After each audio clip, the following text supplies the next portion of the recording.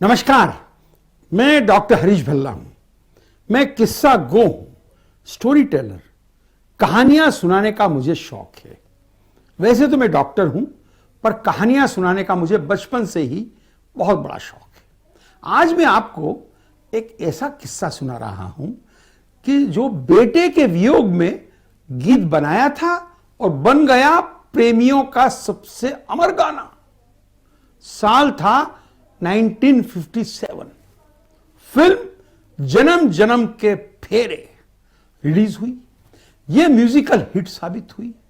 इस फिल्म के एक गाने जरा सामने तो आओ चलिए ने तो जैसे उस दौर में तहलका मचा दिया।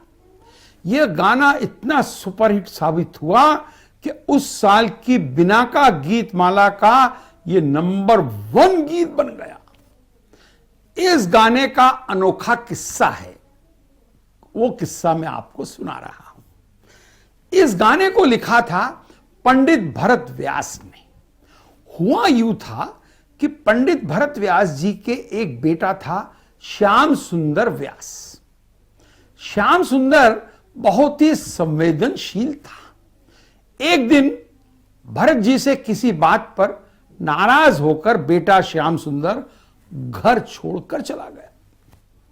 भरत जी ने उसे लाख ढूंढा, रेडियो और अखबार में विज्ञापन दिए, गली गली दीवारों पर पोस्टर चिपकवाए, धरती आकाश पाताल सब एक कर दिया।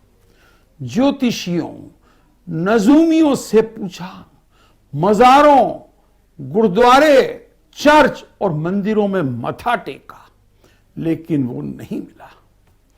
जमीन खा गई या आसमान निगल गया।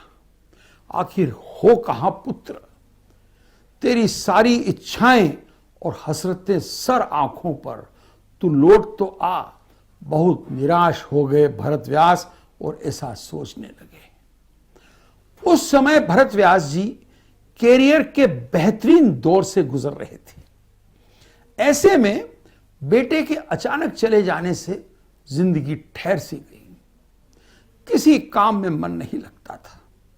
निराशा से भरे ऐसे दौर में एक निर्माता भरत जी से मिलने आया और उन्हें अपनी फिल्म में गाने लिखने के लिए निवेदन किया।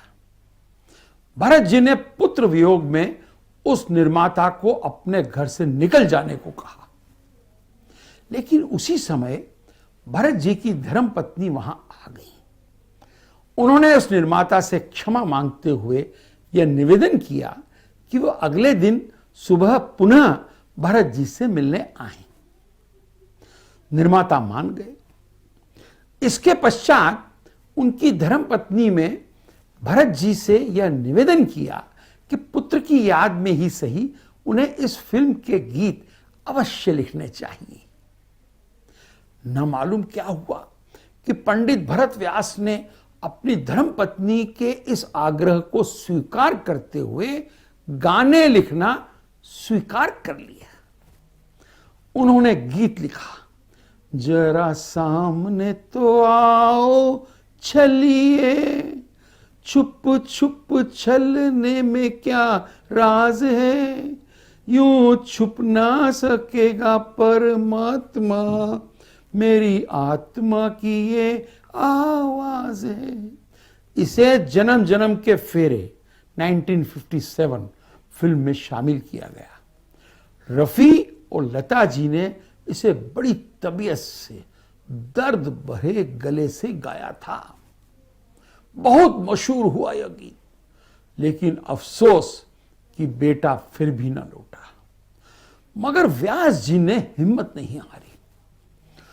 फिल्म रानी रूपमती 1959 में उन्होंने एक और दर्द भरा गीत लिखा, आ लौट के आजा मेरे गीत, तुझे मेरे गीत बुलाते हैं, मेरा सूना पड़ा रे संगीत, तुझे मेरे गीत बुलाते हैं। इस गीत में भी बहुत दर्द था और कशिश भी थी। इस बार व्यास जी की दुआ काम कर गई। बेटा घर लौट आया। लेकिन आश्चर्य देखिए कि वियोग के ये गाने उस दौर के युवा प्रेमियों के सर पर चढ़कर बोले। ये पंडित व्यास जी की कलम का ही जादू था। पंडित भरत व्यास राजस्थान के चूरू इलाके से 1943 में पहले पूना आए और फिर बंबई आए। बहुत संघर्ष किया, बेशुमार सुपरहिट गीत लिखे। हिंदी सिनेमा को उनकी देन का कोई मुकाबला नहीं है।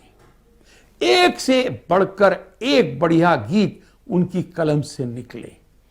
आधा है चंद्रमा रात आधी, तू छुपी है कहां मैं तड़पता यहां, नवरंग।